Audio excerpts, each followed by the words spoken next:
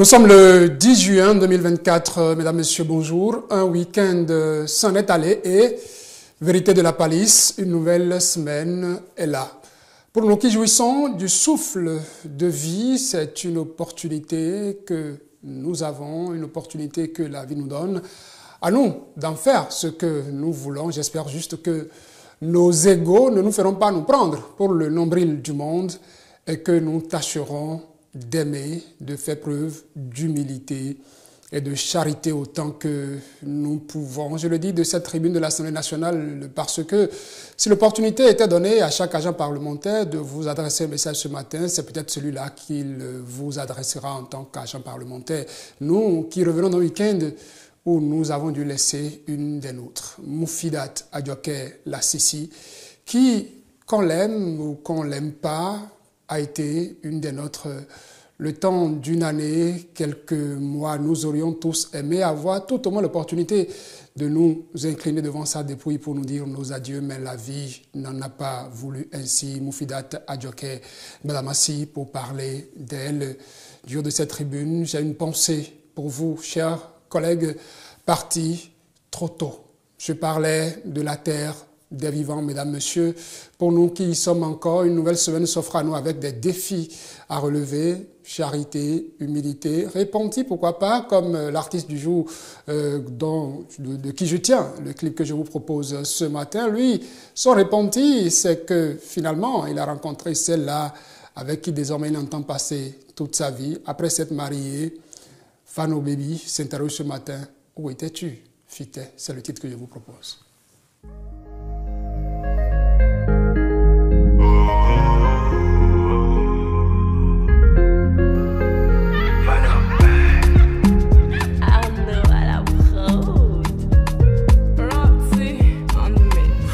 Sabana de chocotonio no deu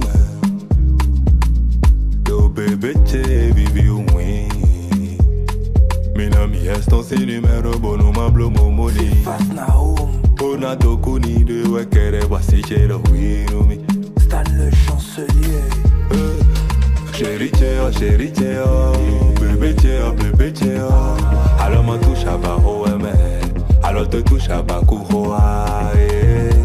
Jésus ce pirate qui a longtemps cherché son trésor, il a trouvé l'empereur m'a séduit.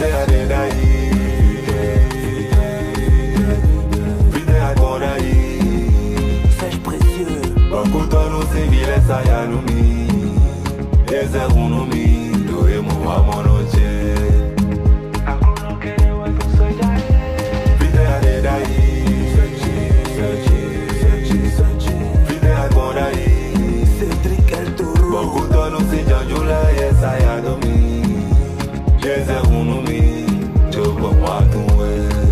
Mathias le puissant, Yvon Loulou. Tu es mon humain préféré.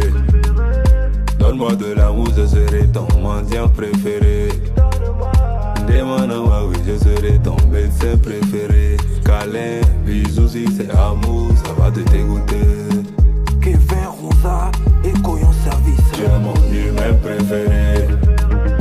Donne-moi de l'amour, je serai ton mendiant préféré. Demande-moi, oui, je serai ton sugar daddy préféré. Voiture, bijoux, si c'est cadeau, ça va te dégoûter. Président, Rasta Kosu. Vidéo Redaï.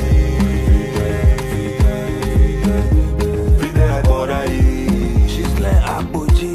Bakutano civile sayanumi Ezerunumi Doemo wamonoche Mathieu la joie. Vidéo Redaï. Vidéo Redaï. Juventus le riche. Bakutano Sijanjula Esayadomi Momo chéri. Ezerunumi Joba Matumwe Mustapha le pétrolier. Junior Natabou. Carl Ishkid.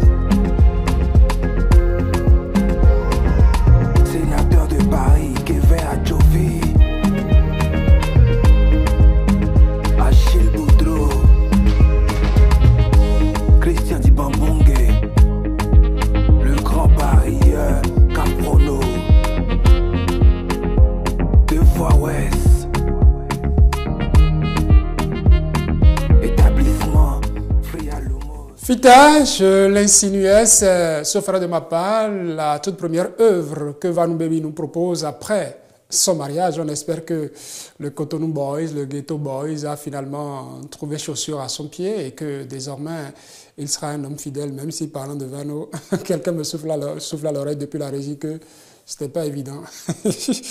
Bonjour Laurel, je suis encore venu ce matin pour toi. Et parlant de Laurel qui assure la réalisation et qui souffle marty quand je suis à la présentation, il nous permettra, mesdames et messieurs, de marquer le tout premier arrêt. Nous irons voir quelques titres à la une des journaux parus ce lundi 10 juin 2024.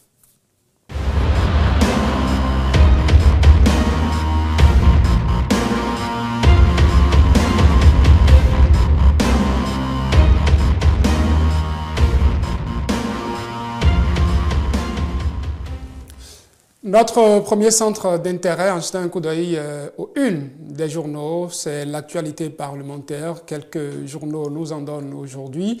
Nous allons ouvrir ces unes des journaux avec le journal Le Paraclet qui nous donne à lire, entre autres titres, surtout en bas de une. Louis-Yves Lavonneau à propos de l'absence de séance à l'Assemblée nationale. Le Parlement fonctionne tous les jours pour préparer les dossiers. Propos du président de l'Assemblée nationale que rapporte le Paraclet. Louis-Yves Lavonneau à propos de l'absence de séance à l'Assemblée nationale. Le Parlement fonctionne tous les jours pour préparer les dossiers, titre entre autres le Paraclet. Nous passons à la une de Le Télégramme pour une autre actualité relayée par ce journal. Pour une meilleure évaluation du programme des cantines scolaires, l'UNASEB outille les députés. Titre à lire à la une de ce journal. Et puis les 4 vérités qui relaient ce deuil qui frappe les agents parlementaires, la communauté parlementaire du Bénin. Moufidat Adjoké Badamassi qui s'en est allé. Les hommages du président de l'Assemblée nationale à celle-là qui aura été une des personnes qui ont animé son cabinet. Deuil au sein de l'Union progressiste, Le Renouveau préfère titrer les 4 vérités. Le président Lavonneau perd une collaboratrice dévouée puisqu'elle aura été assistante à l'attaché de presse du président de l'Assemblée nationale. La rédaction de télévision Hémicycle l'a connue aussi. Jack Pata, dans les kiosques, préfère se consacrer entre autres à l'actualité dans le monde scolaire. L'examen du brevet d'études du premier cycle a démarré ce lundi matin et au journal de nous proposer en manchette. Démarrage ce lundi du BPC 2024. Le ministre Kouaro lance les 124 860 candidats à Abomey-Calavi. Même intérêt pour le journal La Priorité. Démarrage de l'examen du BPC au Bénin. 124 860 candidats composent dès ce jour. Décryptage info à propos du démarrage de cet examen BPC session de juin 2024. 124 860 candidats attendus. L'adresse du ministre Kouaro Tchabi aux acteurs. Ayez confiance en vous et en tout ce que vous avez appris. L'éclairage. Avec ce journal, nous parlerons plutôt de l'élection des professionnels des médias devant siéger à la prochaine mandature de la HAC. Nous serons à la 7e mandature. Ils ont pu désigner 3 de leurs, catégorie par catégorie.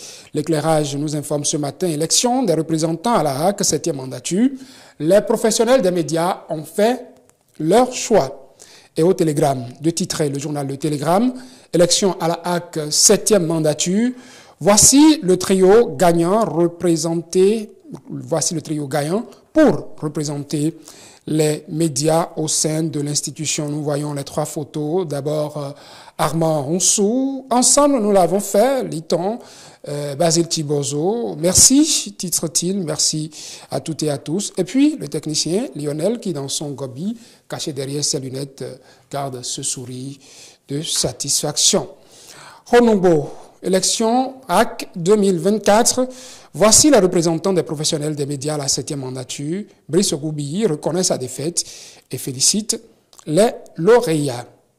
Nord-Sud quotidien, avec ce journal, nous nous intéressons à cette tension entre le Bénin et le Niger. Nord-Sud quotidien parle de crise dans la gestion du pipeline Niger-Bénin, tout sur les derniers développements.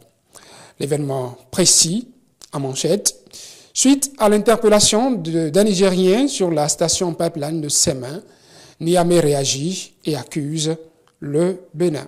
Et à Matin Libre de s'interroger ce matin, crise Bénin-Niger, où en est la médiation de la CEDEAO. Le Soleil Bénin Info, ce journal, lui, parle d'autopsie d'une guerre commerciale qui, pour faire baisser la température dans cette crise entre le Niger et le Bénin. Nous finissons, c'est une des journaux avec Dynamisme Info, toujours avec cette actualité.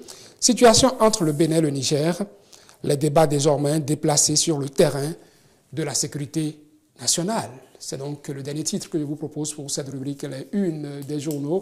Rubrique desservie par le bulletin d'information sur le plateau. Une autre femme succède à une autre, puisqu'elles ont l'habitude d'être avec moi. C'est un plaisir pour moi de n'être entouré que de femmes le matin. J'espère que Gilles Christidi, le rédacteur en chef, un de ces 4 matins, ne va pas songer de m'envoyer ses testicules par ici. Bonjour Estelle. Bonjour Saturné, bonjour à toutes et à tous. En vous voyant splendide, à mes côtés, j'ai bien envie de chanter comme Vano Baby. Ah bon?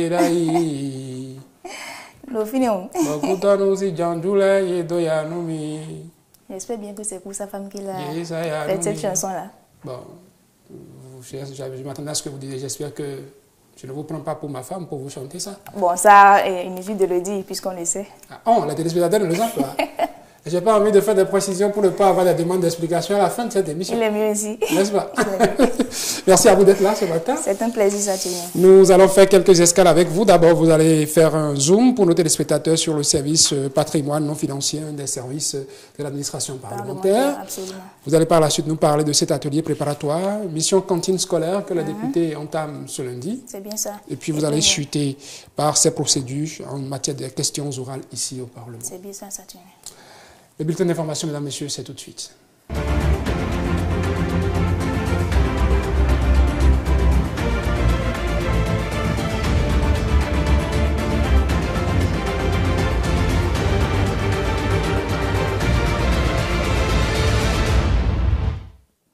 À l'instar des différents services dont dispose l'institution, le service du patrimoine non financier et de l'entretien joue un rôle capital. C'est un service qui appuie les différents bureaux de l'administration parlementaire en ressources matérielles.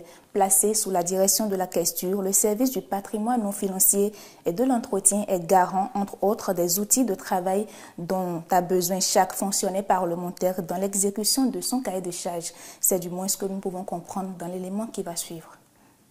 Le service du patrimoine non financier et de l'entretien est l'un des services les plus sollicités à l'Assemblée nationale. C'est un autre bras opérationnel de la direction de la Questure qui opère dans l'approvisionnement de l'institution en consommables informatiques, produits d'entretien et bien d'autres. Ce service a pour attribution de rassembler l'expression des besoins en approvisionnement, de gérer les stocks, de suivre la réalisation des travaux des biens immeubles, d'assurer l'entretien des biens meubles et immeubles de l'Assemblée nationale et d'assurer les travaux de confection des tenues vestimentaires du personnel administratif en cas de besoin.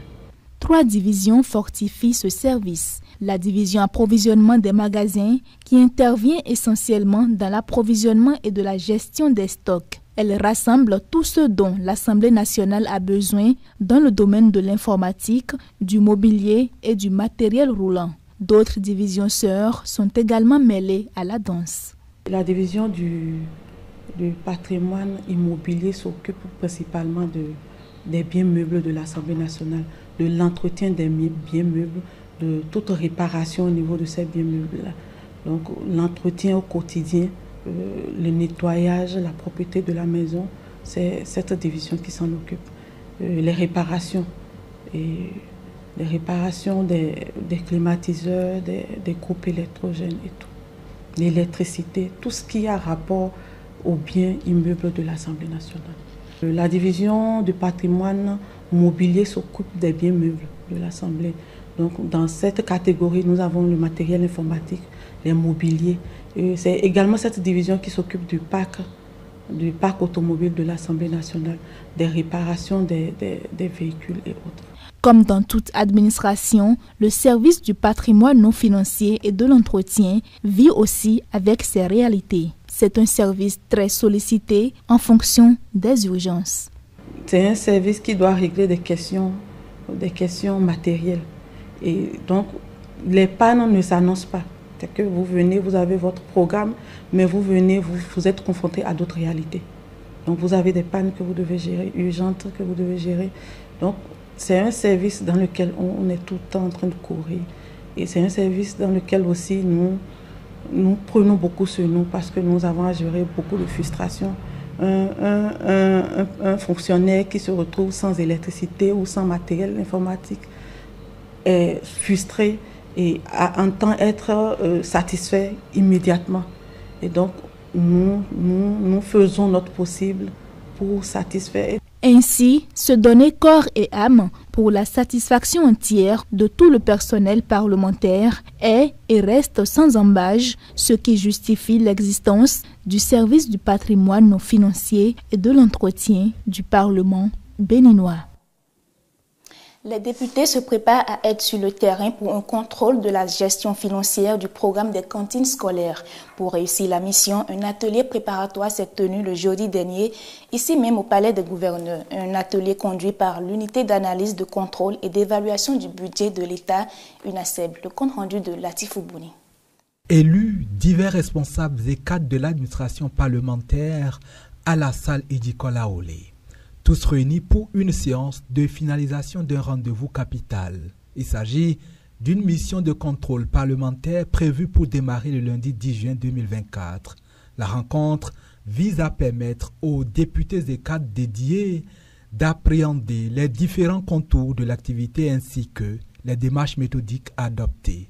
2 communications sont au programme de l'atelier et les participants n'ont pas fait économie d'attention. Donc cette mission vise le contrôle du degré d'atteinte de l'objectif de ce programme qui est de contribuer à améliorer la qualité de l'éducation par la mise à disposition des cantines scolaires au Bénin en s'appuyant sur la production locale et l'implication des communautés. L'évaluation citoyenne ici, l'Assemblée est un maillon clé puisque dans ce cas que nous voulons exécuter, c'est l'Assemblée qui déclenche le processus de l'évaluation citoyenne.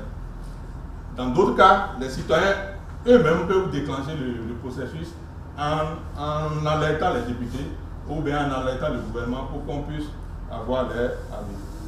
Le succès de la mission de contrôle parlementaire, une préoccupation que partagent tous les participants.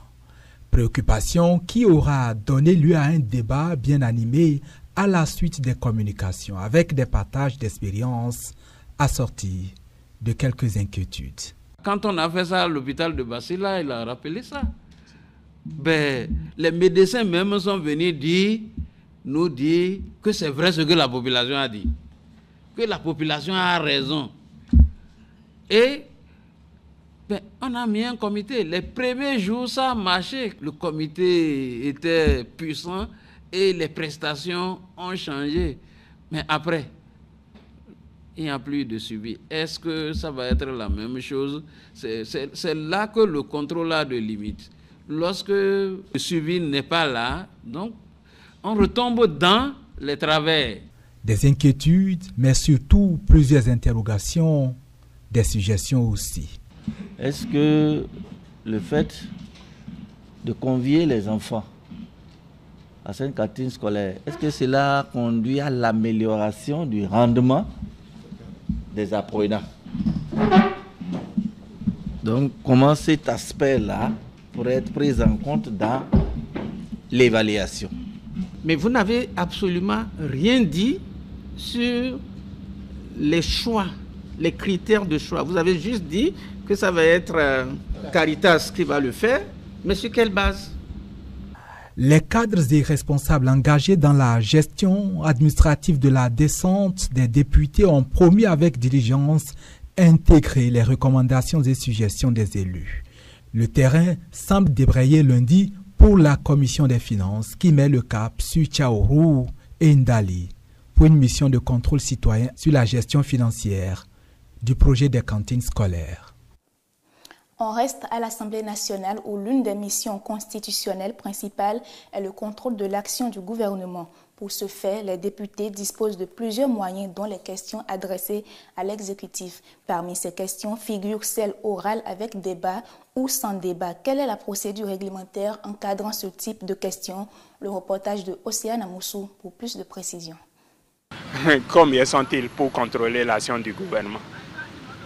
Deuxième institution de l'État et institution de contre-pouvoir, l'Assemblée nationale dispose de divers moyens pour assurer sa fonction de contrôle de l'action du gouvernement. C'est la loi fondamentale du Bénin qui le précise.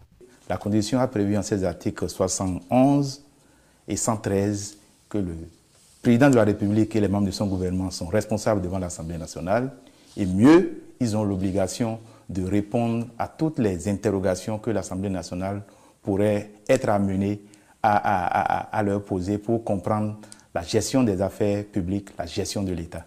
La question orale étant l'un des outils de contrôle de l'action gouvernementale, elle a ses codes et spécificités car, contrairement à ce que semble indiquer son nom, il s'agit de questions qui sont rédigées en bonne et due forme. Toutes les questions sont écrites. On dit question orale, mais toutes les questions sont écrites. Quand un député, par exemple, veut poser une question au gouvernement, le député formule sa question et la dépose au président de l'Assemblée nationale.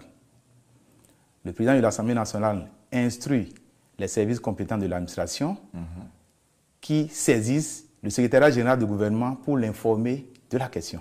Déjà au niveau du président de l'Assemblée nationale, l'autorité fait son arbitrage parce qu'il faudrait que cette question respecte un certain nombre de formes. Le député, par exemple, en déposant sa question, doit dire de quelle question il s'agit. Si c'est une question écrite, il met dans son en-tête question écrite. Si c'est une question d'actualité, il précise que c'est une question d'actualité. Si c'est une question orale avec débat, il dit que c'est une question orale avec débat, ainsi de suite. L'élément clé ici est la simplicité. Ces questions sont sommairement rédigées, se limitant à l'essentiel pour en faciliter la compréhension. Les questions orales sont de deux ordres. Il y a les questions orales avec débat, il y a les questions orales sans débat. Lorsque la question orale est avec débat, déjà quand la procédure de dépôt est respectée et que cette question est transmise au secrétariat général du gouvernement, le secrétariat général du gouvernement prend les dispositions pour que lorsque l'Assemblée nationale va programmer sa séance relative à cette question, qu'un membre du gouvernement puisse venir y répondre. Donc déjà, quand cette étape est passée, l'Assemblée nationale, après une réunion avec le bureau et la conférence des présidents, programme la question qui est envoyée au gouvernement. Donc lorsque le bureau retient la date à laquelle la question va être examinée, le gouvernement est à nouveau saisi. On informe le gouvernement que la question sera examinée telle date. En séance plénière, lorsqu'il s'agit d'une question orale avec débat, la procédure est claire. Dès qu'on finit les formalités de lecture du compte rendu sommaire et des communications, le président de l'Assemblée nationale appelle le ou les députés auteurs de la question. Il lui donne la parole pour qu'il puisse poser sa question au gouvernement. Ce dernier pose la question au gouvernement. Lorsqu'il pose la question au gouvernement, le président donne la parole au gouvernement pour répondre à ces questions. Dès qu'il finit de présenter les éléments de réponse, le président de l'Assemblée nationale va retourner la parole à l'auteur ou aux auteurs de la question, qui sont prioritaires. Mais étant donné que nous sommes dans le cadre d'une question orale ici, avec débat, le président de l'Assemblée nationale, après l'intervention du membre du gouvernement, demande à l'Assemblée nationale s'il y a d'autres députés qui voudraient intervenir, bien qu'ils ne soient pas signataires de la question. Il donnera ensuite la parole aux députés pour réagir par rapport aux réponses données par le membre du gouvernement. En revanche, dans le cas d'une question orale sans débat, la réponse du ministre est considérée comme concluante. Autrement dit, la question est simplement exposée par son auteur, le ministre compétent y répond et seul l'auteur de la question peut reprendre la parole. Aucune autre intervention supplémentaire n'est autorisée. Certainement que vous en savez un peu plus en ce qui concerne le contrôle de l'action gouvernementale. Je vous retrouve demain avec le même plaisir. Saturné. Vous ne le savez peut-être pas, mais le parlementaire... Saturné. Il parle. Tu disposes plus d'assez de temps. Hein. Il faut continuer l'émission. Ça fait partie de ce que disent les parlementaires, les questions adressées au gouvernement. En tout cas.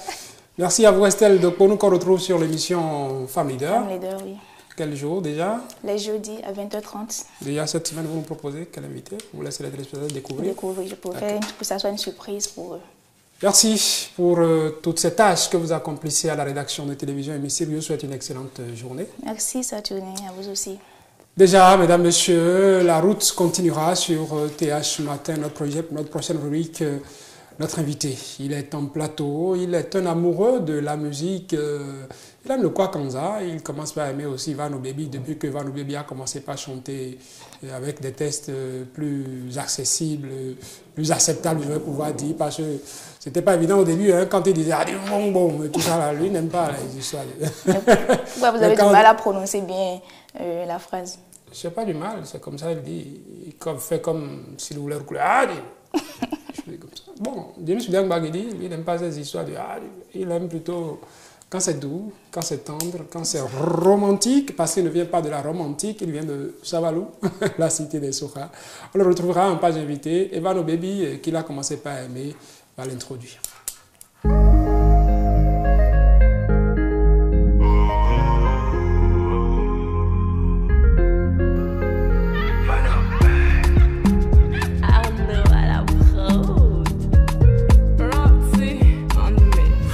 Sabana de chocotonio no de ome. Yo bebé che vivi uwe. Mina mi eston si numero bono mablo momoni. Ona tokuni de wekere wasi chero wirumi. Stan le chancelier. Chéri chea, bébé chea. Alors ma touche à ba OM. Alors te touche à ba kuhoa. Jésus ce pirate qui a longtemps cherché son trésor, il l'a trouvé. L'empereur m'a séduit. Vidéa de Daï, vidéa de Daï. Sèche précieux. Bakuta no singile sayanumi. Yezer unumi, doe moa monoche. Vidéa de Daï.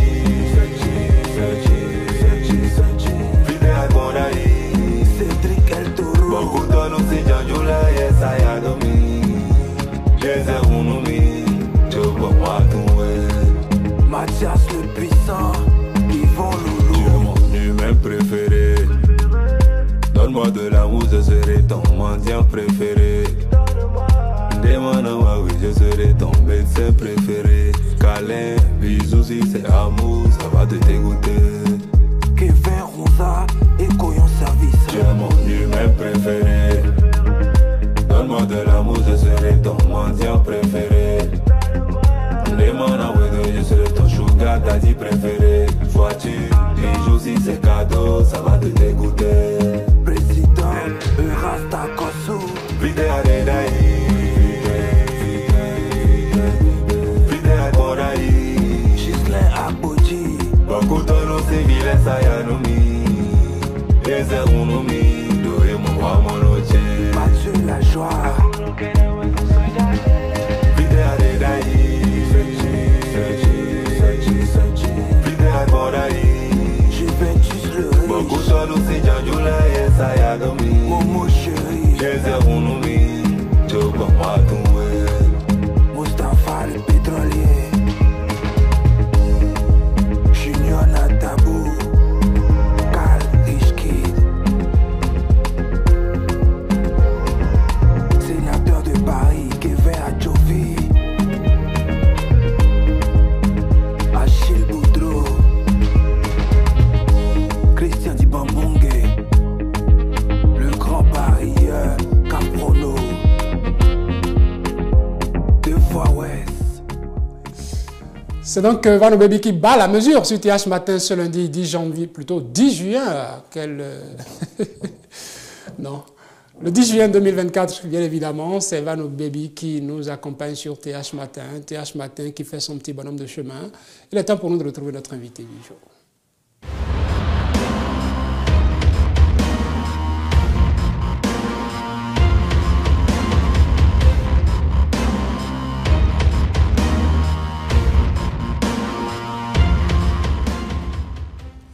Ce n'est qu'un secret de polichinelle entre le Bénin et le Niger. Plus rien ne va. Comme pour illustrer cette rupture des relations entre les deux pays, j'évoquerai la frontière terrestre entre les deux nations qui est bloquée du côté nigérien. Un refus, je dirais, du voisin de normaliser ses relations avec un pays frère, malgré toute la bonne volonté affichée et démontrée par les autorités béninoises.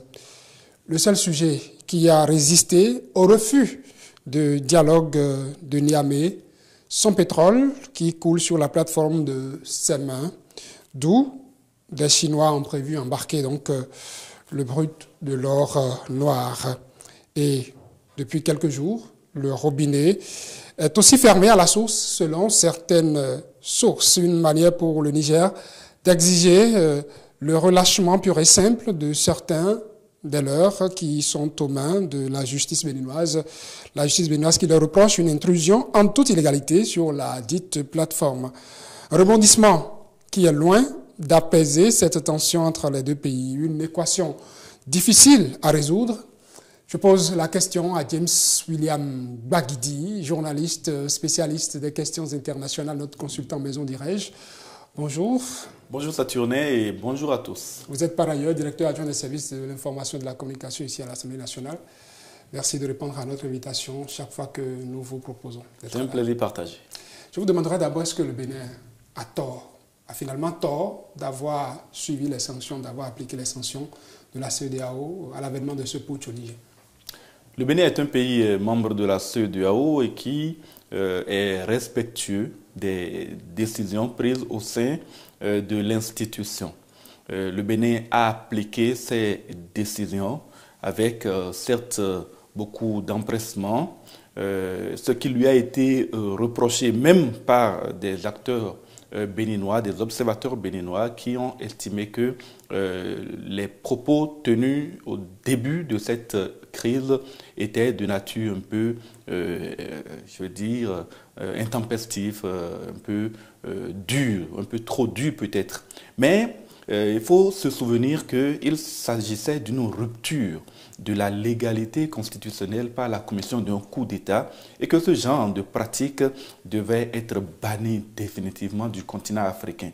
Quand on est porteur d'un idéal, d'un rêve de libération, s'il en est de l'Afrique ou d'un pays africain du joug du néocolonialisme, il faut présenter cet idéal aux électeurs et il s'agit uniquement aux électeurs. Il revient aux électeurs de décider si ce combat que vous proposez, que vous appelez à mener, peut être mené à partir de la présidence de la République. Mais il ne s'agit pas pour n'importe quel homme en uniforme, pour une raison ou une autre, de s'ériger en anti-impérialiste et de venir prendre le pouvoir. C'est ce que le Bénin avait contesté à l'époque et c'est pour cette raison que le Bénin a appliqué les sanctions de la CEDEAO. On ne peut pas reprocher au Bénin d'avoir appliqué les sanctions. Ce qui se passe aujourd'hui, ce n'est qu'une forme de vengeance vis-à-vis du Bénin. On peut analyser cela en disant que le Niger a choisi de tordre le bras quelque peu à celui qu'il considérait comme étant celui qui était le plus faible parmi les pays qui, au plus fort de cette situation, lui ont infligé des sanctions. Le Nigeria, le puissant Nigeria qui est là, pourquoi le Niger n'a-t-il pas fermé ses frontières vis-à-vis du Nigeria? Quelqu'un a prétendu que c'est parce que les peuples qui sont du côté du Nigeria et du côté du Niger sont les mêmes. C'est la même chose avec le Bénin et pourtant la frontière avec le Bénin reste hermétiquement fermée. Et il a fallu que le président de la République, Patrice Talon, décide de suspendre l'embarquement du pétrole nigérien à partir du terminal portuaire de Semenkoji pour que le Bénin sache enfin les raisons pour lesquelles la frontière était maintenue hermétiquement fermée. Sans rien dire, le Niger avait gardé sa frontière fermée, avait ouvert avec le Niger, avait ouvert avec le Nigeria, avait gardé ouvert avec le Togo et tous les autres pays, mais n'avait donné aucune explication. Il a fallu donc ce bras de fer que le président de la République a engagé pour qu'on entende enfin les autorités du Niger prétendre que c'est parce que le Bénin serait source de déstabilisation potentielle pour leur pouvoir que la frontière reste hermétiquement fermée. Et cela, la question que je me suis toujours posée et que j'ai même postée sur ma page Facebook, les terroristes sont-ils des acteurs qui traversent les frontières officielles pour aller opérer d'un pays à un autre? C'est une frontière officielle qui est gardée hermétiquement fermée. Les hommes qui agissent entre le Bénin et le Niger, entre le Bénin, le Burkina Faso et d'autres, ces terroristes-là, on ne les voit pas en train de traverser les frontières. Et donc, le Niger,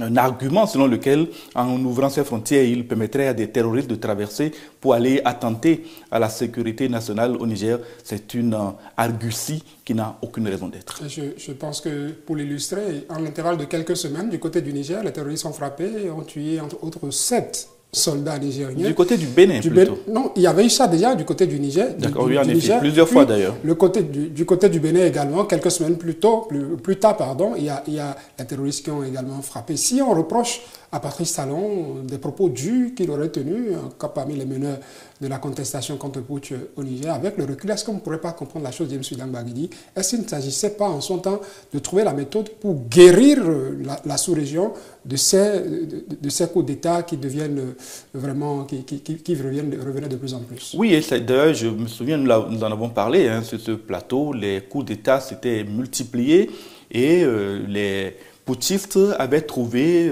comme prétexte aujourd'hui, et c'est le prétexte qui est en vogue, c'est la lutte contre l'impérialisme, notamment l'impérialisme français, l'impérialisme américain. Mais quand on a, et comme je l'ai déjà dit, quand on a cet idéal-là à défendre, ce n'est pas par le biais d'un coup d'État qu'il faut le faire. Il fallait donc, quand ces événements-là sont survenus, qu'une réponse forte soit donnée pour qu'enfin les autres pays qui n'ont pas encore connu de coup d'État n'en connaissent pas. Il y a des pays où on a eu des tentatives de coup d'État, comme la Guinée-Bissau, par exemple. Le président Sissoko Embalo a réussi à se maintenir au prix de nombreuses vies de soldats qui avaient été tués. Mais j'imagine que si certains avaient réussi à prendre le pouvoir en Guinée-Bissau à l'époque, ils seraient en train de nous tenir aujourd'hui le discours de l'anti-impérialisme, alors même que la Guinée-Bissau n'est pas un pays qui a été colonisé par la France et dont les rapports avec son ancienne puissance coloniale sont des rapports assez ténus qu'on ne peut pas forcément mettre sous le coup de néocolonialisme aujourd'hui. Mais pourtant, c'est le discours qui aurait été servi et des pseudo-panafricains qui pullulent aujourd'hui à travers le continent seraient en train de défendre ces personnes-là sans tenir compte du fait que les populations qui se trouvent dans ces pays-là n'ont pas été consultées. Qui plus est, les personnes qui, dans ces pays, se permettent de contester ces arrivées au pouvoir illégal, ces personnes sont embastillées, sont tenues au silence, sont sinon arrêtées, renvoyées de leur pays pour des exils, si au pire elles ne sont pas tuées. Avant le Niger, il y a eu coup d'État au Mali. Et le Niger, d'alors dirigé par Bazoum, avec comme commandant de la garde présidentielle, Tiani, qui est au pouvoir aujourd'hui, le Niger avait fermé ses frontières avec le Mali à l'époque, avant même que le Bénin aille dans le sens du respect des décisions de la CEDEAO en procédant à la fermeture des frontières. La CEDEAO a levé ses sanctions, le Bénin a ouvert ses frontières, vous l'avez déjà dit, on a commencé par le mentionner, le Niger maintient ses frontières fermées sous prétexte que le Bénin servirait de base pour la déstabilisation de son pays. Avec tous les arguments, la bonne foi montrée par les autorités béninoises, est-ce que ce point que semble tenir le Niger, que semble tenir Niamey, est-ce que ça tient encore? Vous savez, les autorités nigériennes seules savent exactement où se trouvent les bases militaires destinées à former des terroristes pour aller les déstabiliser. Un régime qui est tenu de cette manière-là, qui a le soutien d'une puissance comme la Russie, en tout cas c'est ce qu'ils disent, Je n'ai pas encore d'informations officielles de la part du gouvernement russe qui dit apporter un soutien aussi franc que celui qui est apporté au Burkina ou au Mali, par exemple, donc au Niger. Un gouvernement donc, qui a ce soutien-là et qui bénéficie, qui a un régime militaire, doit-il craindre que des individus sortis de je ne sais quel camp de formation clandestin à travers, quelque part au nord du Bénin, puissent venir déstabiliser le Niger? C'est très peu crédible. Il faut noter simplement que le pouvoir au Niger a deux objectifs, de mon point de vue.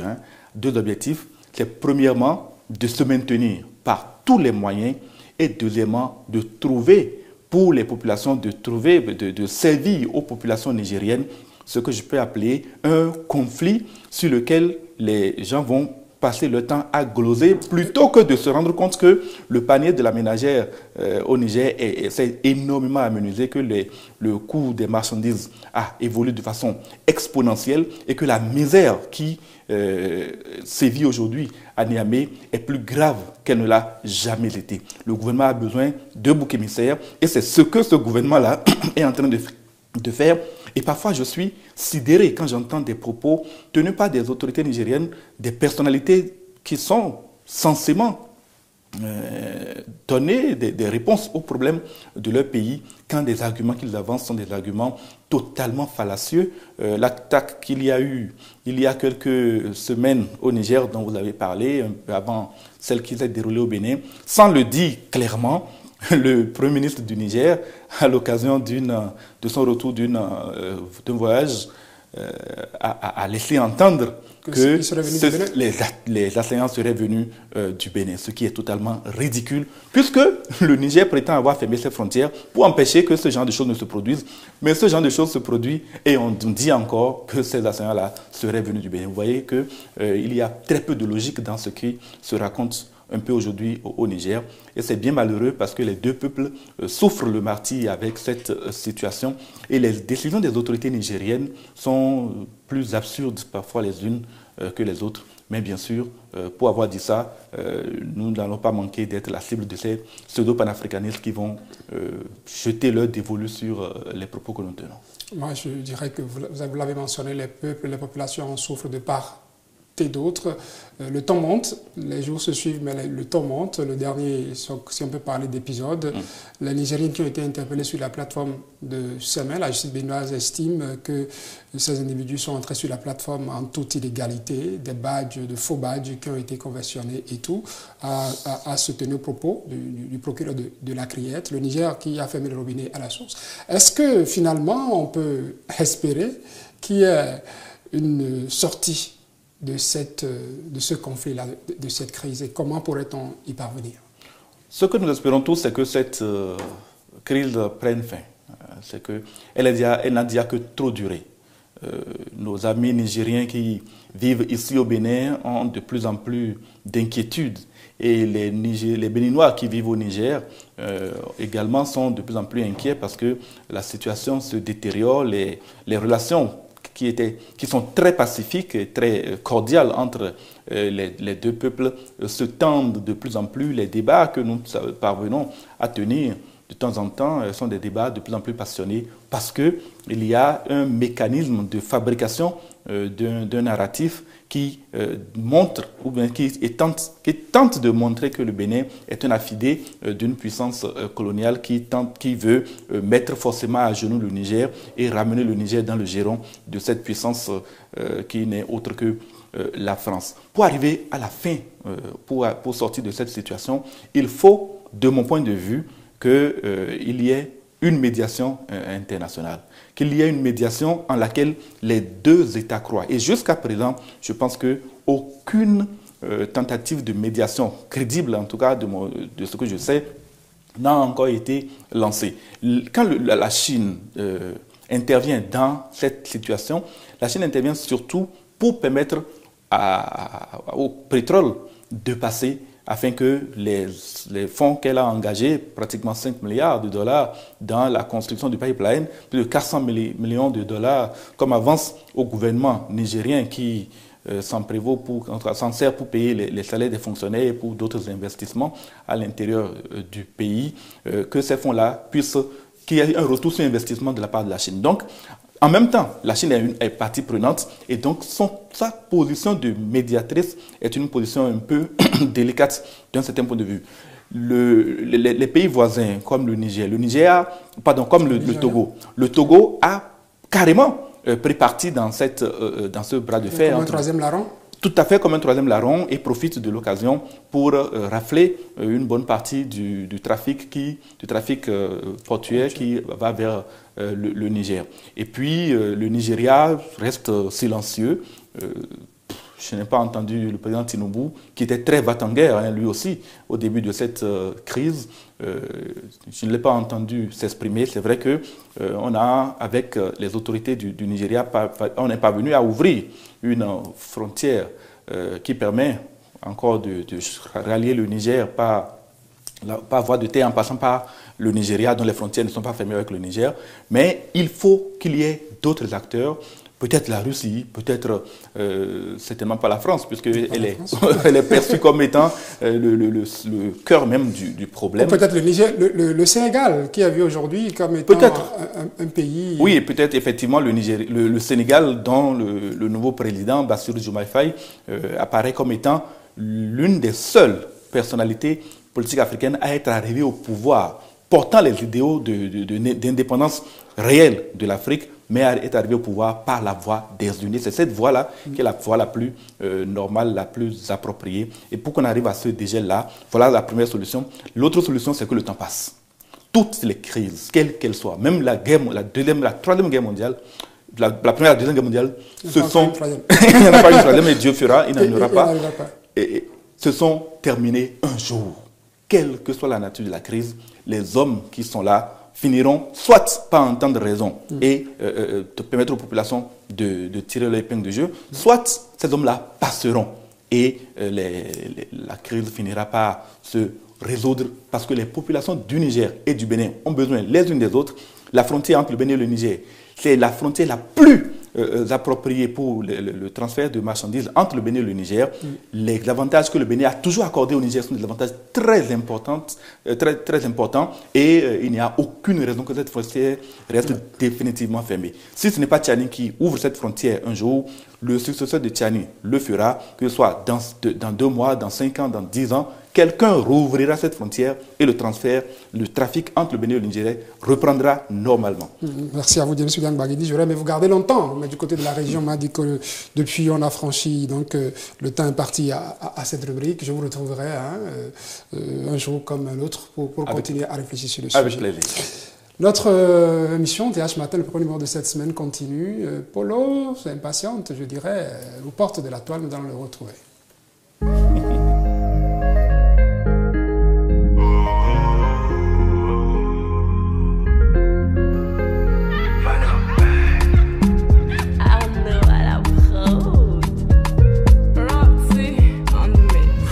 Sabana de chocotonyo no deo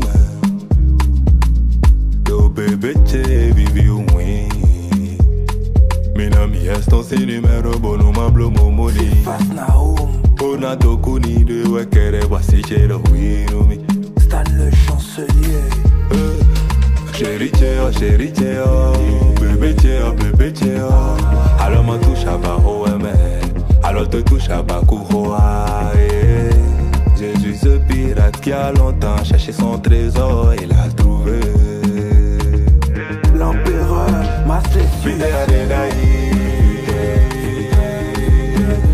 Vidéa de Daï Sèche précieux Bakuta no singile sayanumi Eze unumi Doe muwa monoche Akuno kere wa kusojae Vidéa de Daï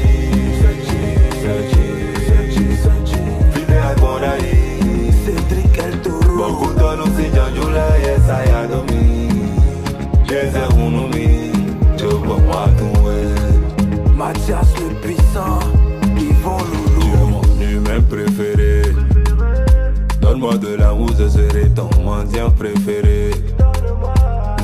ouais, oui, je serai ton médecin préféré. Câlin, bisous, si c'est amour, ça va te dégoûter.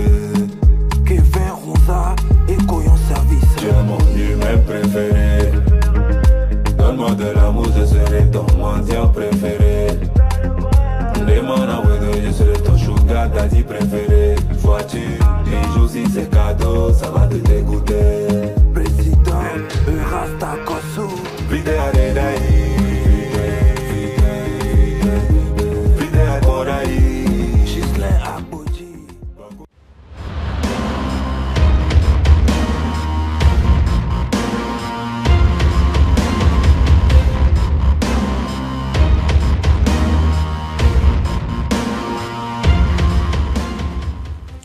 Il est avec moi déjà en plateau, Polo Aounou, bonjour. Saturnin Nyossou, bonjour. Je ne vous demande pas comment vous avez passé le week-end. Nous savons tous ici à l'Assemblée nationale comment est-ce qu'on a passé le week-end. On aurait souhaité ce lundi matin retrouver cette silhouette à laquelle nous sommes habitués depuis un peu plus d'1 an. Malheureusement, Moufidat Adjoké Badamassi s'en est allé. Et oui, la faucheuse a encore eu raison de nous. Elle a arraché une des nôtres, une collègue, une sœur, avec qui on passait la journée ensemble, mais qui depuis un bon moment a eu sa santé un peu dégradée. On espérait qu'elle nous revienne, et je me rappelle son message qu'elle avait envoyé le 31 mai dans notre groupe de travail où elle nous remerciait pour un geste que nous avons eu à faire collectivement. Et elle disait même dans le message que nous n'allons pas nous rembourser cela par la maladie. Malheureusement, elle n'est pas revenue, parce qu'elle pensait nous rembourser cela, mais elle n'est pas revenue. C'est ainsi que cela se passe, la vie est ainsi faite. La seule chose que nous demandons à Dieu, c'est de l'accepter dans ses bras, parce que déjà depuis hier, elle a été inhumée. Cette nouvelle également a affecté beaucoup le président de l'Assemblée nationale, qui prend Moufidat pratiquement comme sa fille, et c'est le message que nous avons pu lire sur la page Facebook du président, et on souhaite partager avec nos amis internautes et téléspectateurs. Louis Béounou Vlavounou écrit ceci: avec une grande tristesse, j'ai appris le décès de Moufidat Adjoké Badamassi, membre de mon cabinet et militante dévouée du parti Union Progressiste Le Renouveau. Son départ précipité suite à une courte hospitalisation laisse un vide immense dans nos cœurs et au sein de notre équipe.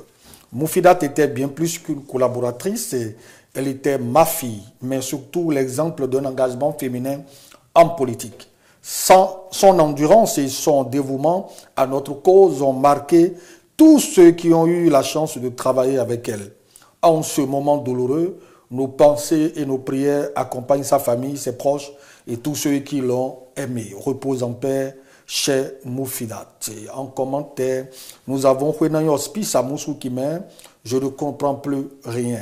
Malgré ce que nous vivons et les maladies vont nous affronter encore jusqu'à nous conduire à la mort. Seigneur, ayez pitié de votre servante et acceptez-la dans votre demeure éternelle.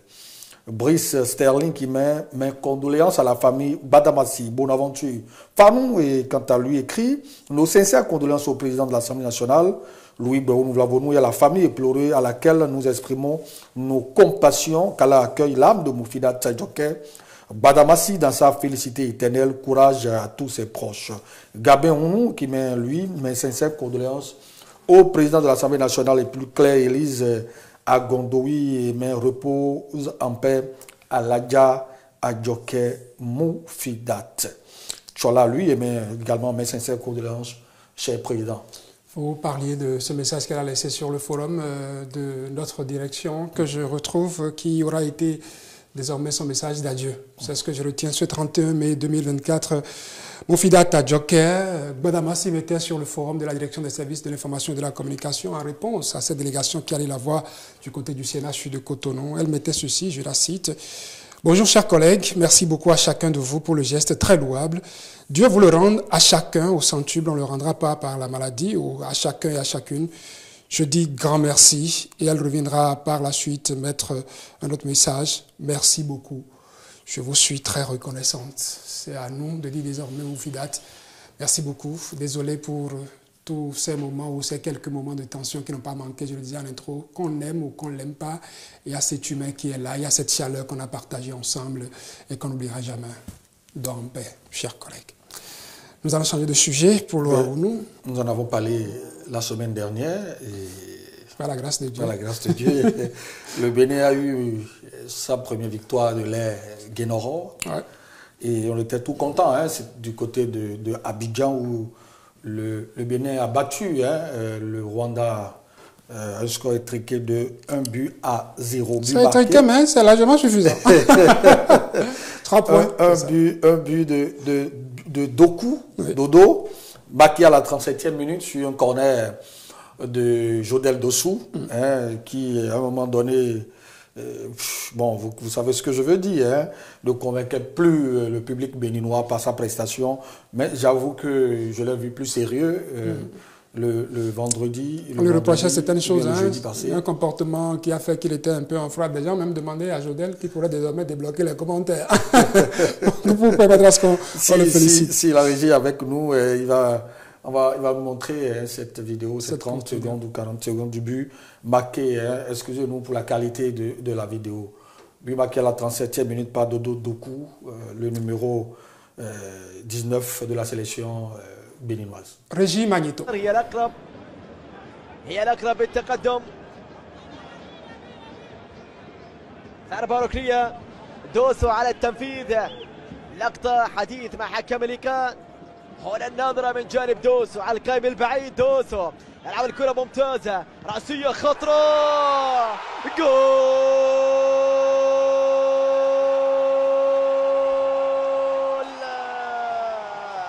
السناجب يبدأون العزف. دودو دوكو. Si c'était Télévision Musique qui avait filmé avec Kevin Achaw à la caméra, on aurait entendu oh les commentaires. David Odou qui met un commentaire. L'homme du match, selon moi, pas à cause du but inscrit, mais quelle prestation. La finition de nos attaquants est à revoir. On aurait pu tuer le match avec 3-0. On a souffert en fin de partie. Félicitations à nos défenseurs et félicitations à Dandinou, rassurant ce soir. Et Aaron Braddock, j'y arrive, qui met bravo. Je profite pour dire un sincère merci à tous les Béninois qui ont fait le déplacement, qui viennent de la Côte d'Ivoire et surtout à tout le peuple ivoirien pour leur soutien. Félicitations à la team 229. Joël Billon est quant à lui qui remercie le magnifique, qui dit merci beaucoup pour le soutien. C'est aussi ta victoire, amitié à toi, vieux père Arsène Regbé. Mais félicitations à eux. Ils ont fait un pas, qu'ils s'arment davantage pour les prochaines fois et nous aurons des résultats plus meilleurs que celui-ci. Merci bien à eux. Et puis Fisco, l'amiral qui m'aime, Dandy nous très rassurant ce soir, qui nous sort une belle prestation. Courage à lui pour la suite et félicitations à toute la team, même si le jeu n'est pas du tout plaisant avec un milieu décousu, bouffé et une attaque sans ambition. Il faut le reconnaître. Le Dandy dont on parle, c'est le gardien de but béninois qui a cette fois-ci remplacé Saturnin Alagbé, que nous avons appelé tout le temps l'entraîneur à mettre de côté parce qu'il n'est pas en jambes, il n'est pas compétitif. De mon homo, s'il vous plaît. Nous allons changer alors de sujet. Nous parlons. Pour aller sur le troisième sujet rapidement. Merci à Guénoro pour nous avoir écoutés. On espère qu'avec le Nigeria, c'est aujourd'hui. Oui, c'est aujourd'hui à 17h. On va vous revenir avec... Allez, nous allons parler du conflit entre le Niger et le Bénin. J'y arrive et puis la dernière sortie du procureur spécial de la Criette sur l'arrestation des 5 Nigériens. Nous irons très vite, si la régie est avec nous, poursuivre une partie de la déclaration du procureur spécial de la Criette sur cette arrestation. Le 3 juin 2024, le ministre de l'Énergie, de l'Eau et des Mines de la République du Bénin a confirmé à l'administrateur général de WAPCO Bénin l'engagement de la partie béninoise à respecter les accords conclus, mais a clairement indiqué que pour des raisons de sécurité, elle procéderait de manière encore plus avisée à la vérification de l'identité des personnes devant accéder au site. Dans la soirée du mercredi 5 juin 2024, des informations de sources dignes de foi qui me sont parvenues ont fait état de ce que des personnes se sont frauduleusement introduites sur le site de la station terminale de WAPCO, Bénin, à Sémékodi. Des investigations menées sur place. Il ressort ce qui suit. 5 ressortissants nigériens se sont introduits sur le site sans décliner leur identité. Au lieu d'emprunter l'entrée principale et de s'enregistrer à la guérite, ces personnes ont préféré utiliser une entrée dérobée située à l'arrière du site. Dans cette manœuvre, elles ont bénéficié de la complicité de l'administrateur général de WAPCO Bénin, qui a pourtant reçu 2 jours plus tôt la lettre du ministre de l'Énergie, de l'Eau et des Mines, à travers laquelle l'État béninois a exprimé de vives préoccupations sécuritaires. Pour justifier cette entrée frauduleuse sur le site, les intéressés ont indiqué tous être des employés de WAPCO Niger dont ils arborent les badges et précisé qu'en cette qualité, ils n'avaient pas l'obligation de s'enregistrer à la guérite.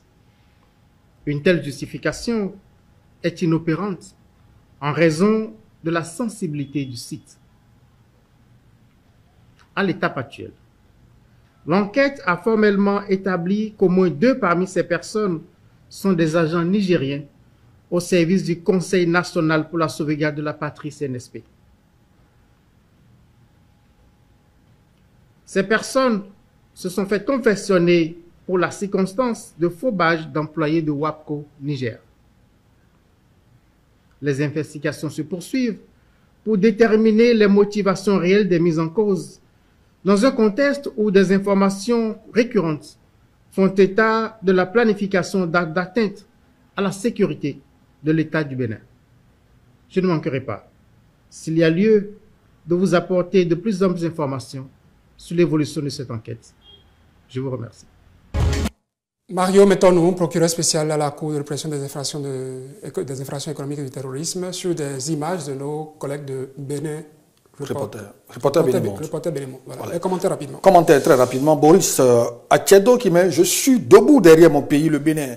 Je suis béninois et fier. Le Bénin n'est pas une région du Niger où il faut faire comme bon vous semble. » Duko Sokpe qui dit « Je vous soutiens, il se prend tout permis. Il se croit tout permis car il ne sache pas que le pouvoir c'est pour un temps et ça se termine. » Soufiana Belem qui dit « C'est nuisible et ridicule. Pour quel intérêt le Niger va chercher à déstabiliser le Bénin? Quelle honte. » Nelson Boton de lui répondre « Que cherchez-vous sur le territoire d'un État qui forme des djihadistes et pour vous attaquer et en plus de manière informelle. » Rodrigue Fossou, quant à lui, qui met « Des agents nigériens n'ont aucun droit de s'introduire sur le terminal sans autorisation ici. C'est le Bénin et non le Niger. Il faut le faire subir la dernière rigueur de la loi. D'ailleurs, il s'agit trop ces gens-là, comme vous le dites tout à l'heure, même à l'Assemblée nationale ici, fonctionnaires, vous venez un samedi, vous allez vous faire enregistrer. C'est clair. Ce n'est la pas logique, elle est simple. Même si vous êtes employé dans la maison, s'il y a un incident dans la maison, il faut qu'on puisse savoir à l'heure là qui sont ceux qui étaient dans la maison pour pouvoir situer cette responsabilité. C'est tellement clair là-dessus. Bon. Paulo, merci à vous. Merci surtout à toute l'équipe de la réalisation qui nous aura permis d'aller jusqu'au bout aujourd'hui. Laurel Akpouvo, Laurel Rich Akpouvo, Ryan Ayorinde, Thomas Padé, Charlie Tomavo à la diffusion, Artem Azilino, qui ai-je oublié encore, merci à toute l'équipe de préparation, ma chef d'édition Stéphanie Negomandora et toute l'équipe de la rédaction de Télévision Hémicycle. Mesdames, Messieurs, on se retrouvera demain pour notre numéro de TH Matin, mais le programme se poursuit sur Télévision Hémicycle. Excellente semaine en compagnie de le programme.